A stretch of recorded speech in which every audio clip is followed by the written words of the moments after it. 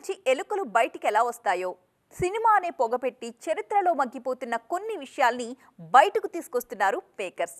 ఒకరిని చూసి మరొకరు, ఒక సినిమాని చూసి మరొకటి, ఇలా చైన్ మాదిరి కాంట్రవర్షియల్ సినిమాలు ఒక్కొక్కటిగా పురుడు పోసుకుంటూనే ఉన్నాయి.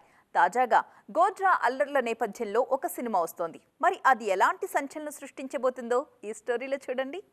బాగా తెగించావురా నువ్వు. చూస్తా, నీ సంగతి చూస్తా అంటూ బ్రహ్మానందం అదుర్సులో చెప్పిన డైలాగ్ గుర్తుందిగా. దీన్నే కాస్త మారుద్దామా ఇప్పుడు? అక్కడ తెగించింది నిర్మాతలైతే వాళ్ల సంగతి చూస్తామంటోంది వివాదాలు. కాసులు కురిపిస్తున్న కాంట్రవర్షియల్ స్టోరీస్ వైపు అడుగులేస్తున్నారు makers. Kashmiri files, Kerala story కాదు, వాటికి అమ్మమ్మ లాంటి కాంట్రవర్షియల్ సినిమాలు రెడీ అవుతున్నాయి ఇప్పుడు.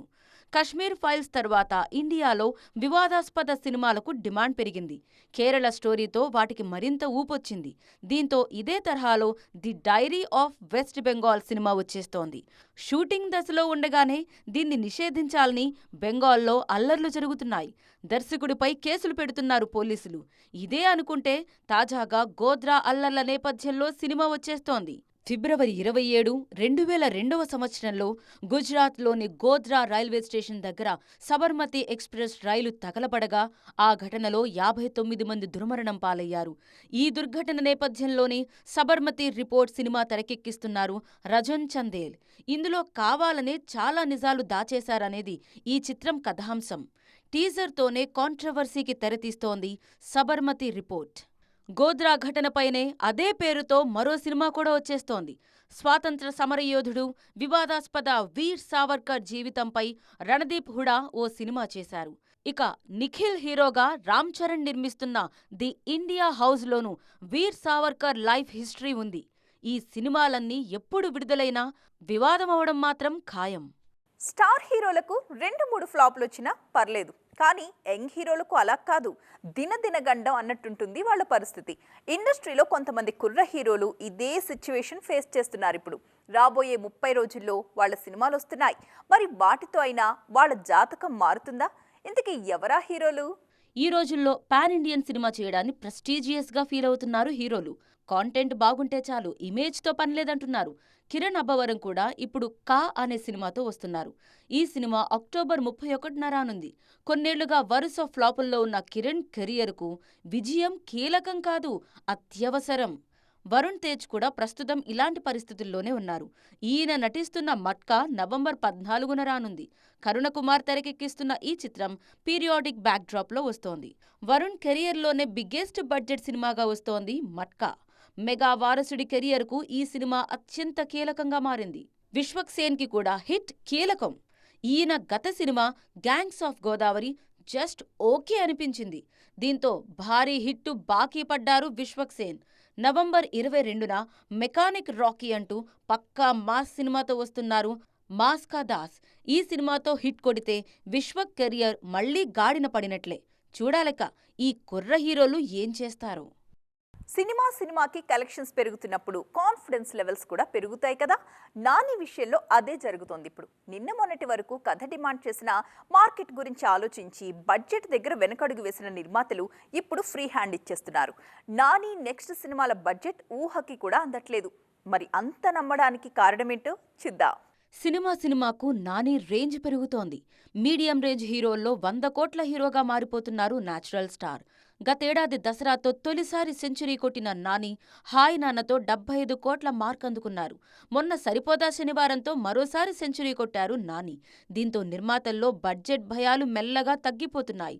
2 ఏళ్ల క్రితం వరకు నానితో భారీ బడ్జెట్ అంటే కాస్ట్ ఫెయిల్యూర్ అవుతుందేమో అనే భయం ఉండేది నిర్మాతల్లో. కానీ దసరా, సరిపోదా లాంటి విజయాలతో నాని రేంజ్ 100 కోట్లకు చేరింది. ప్రస్తుతం తనే నిర్మాతగా వస్తున్న హిట్ 3 కోసం దాదాపు 70 కోట్లు ఖర్చు పెడుతున్నారు నాని. శైలేష్ కొలను ఈ సినిమాకి దర్శకుడు. నాని తర్వాతి సినిమాల బడ్జెట్ కూడా భారీగానే ఉండబోతోంది.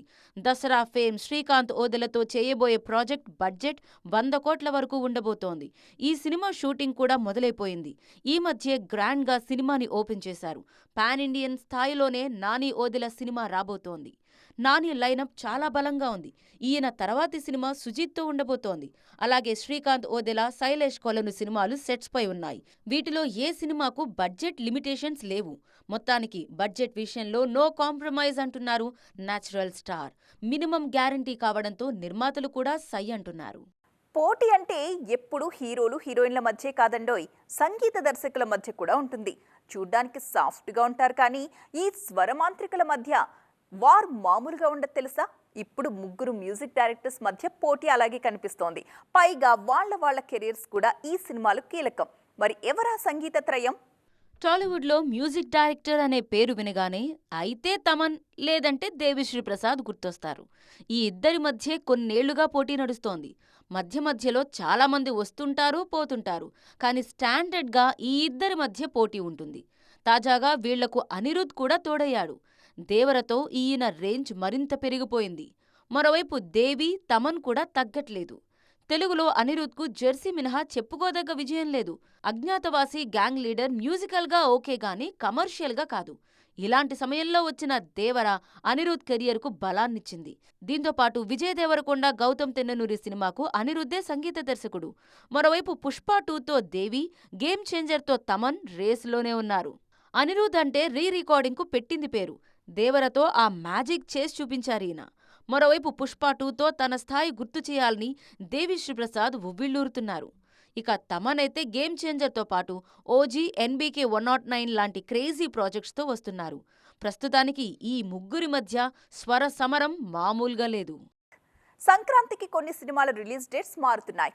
కొన్ని వస్తున్నాయి, కొన్ని పోతున్నాయి. కానీ ఒక్క హీరో మాత్రం నేను పక్కా అంటున్నాడు. పైగా అది చిన్న సినిమా అయినా కూడా నో ఇష్యూ, నేను రంగంలోకి దిగుతా అంటున్నాడు ఆ హీరో. మరి 2025 పండక్కి స్టార్ హీరోల మధ్య రిస్క్ చేస్తున్న ఆ హీరో ఎవరో చూసేయండి. సంక్రాంతి అంటేనే సినిమా పండుగ. ఆ సీజన్లో ఒకేసారి 3-4 సినిమాలు కూడా వస్తూ ఉంటాయి. 2025లోనూ ఇదే జరగబోతోంది. ఇప్పటికే రేస్ నుంచి తప్పుకుంది చిరంజీవి విశ్వంభర. గేమ్ చేంజర్ కోసం మెగాస్టార్ సంక్రాంతి రేస్ నుంచి తప్పుకున్నారు. దీంతో జనవరి 10న గేమ్ చేంజర్ రాబోతోంది. మే 9న విశ్వంభర విడుదలయ్యే ఛాన్స్ ఉంది. వెంకటేష్, అనిల్ రావుపూడి సినిమా సైతం సంక్రాంతి పండక్కి రానున్నాయి. వెంకీ, అనిల్ సినిమా షూటింగ్ ఇప్పటికే సగానికి పైగా పూర్తయింది. గేమ్ చేంజర్తో పాటు ఈ సినిమాను కూడా దిల్ రాజీ నిర్మిస్తున్నారు. మరోవైపు ఎన్బీకే 109 కూడా సంక్రాంతికే రానుంది. ఈ ముగ్గురు సీనియర్ హీరోల మధ్యలో ఓ చిన్న హీరో తన అదృష్టాన్ని పరీక్షించుకోనున్నారు.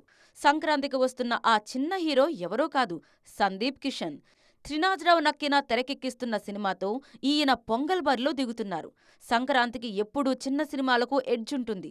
శర్వానంద్ నటించిన ఎక్స్ప్రెస్ రాజా, శతమానం భవతి సంక్రాంతికే భారీ సినిమాల మధ్యలో వచ్చి విజయం సాధించాయి. 2019లోనూ ఎలాంటి అంచనాలు లేకుండా వచ్చి F2 సంచలనం రేపింది. వినయ విధేయ రామ, ఎన్టీఆర్ కథానాయకుడు లాంటి సినిమాల మధ్య దుమ్ము లేపింది F2. 2024లోనూ హనుమాన్ ఇలాగే రఫ్ఫాడించింది. మరి ఈసారి కూడా వెంకీ, రామ్ చరణ్, బాలయ్య మధ్యలో సందీప్ కిషన్ ఏం చేస్తారో చూడాలిక. సో ఫ్రెండ్స్, చూసారుగా, ఇది ఇవాల్టి సైన్మా 2.0. మరిన్ని కలర్ఫుల్ అప్డేట్స్తో మళ్ళీ కలుద్దాం. అప్పటి వరకు చూస్తూనే ఉండండి సైన్మా 2.0.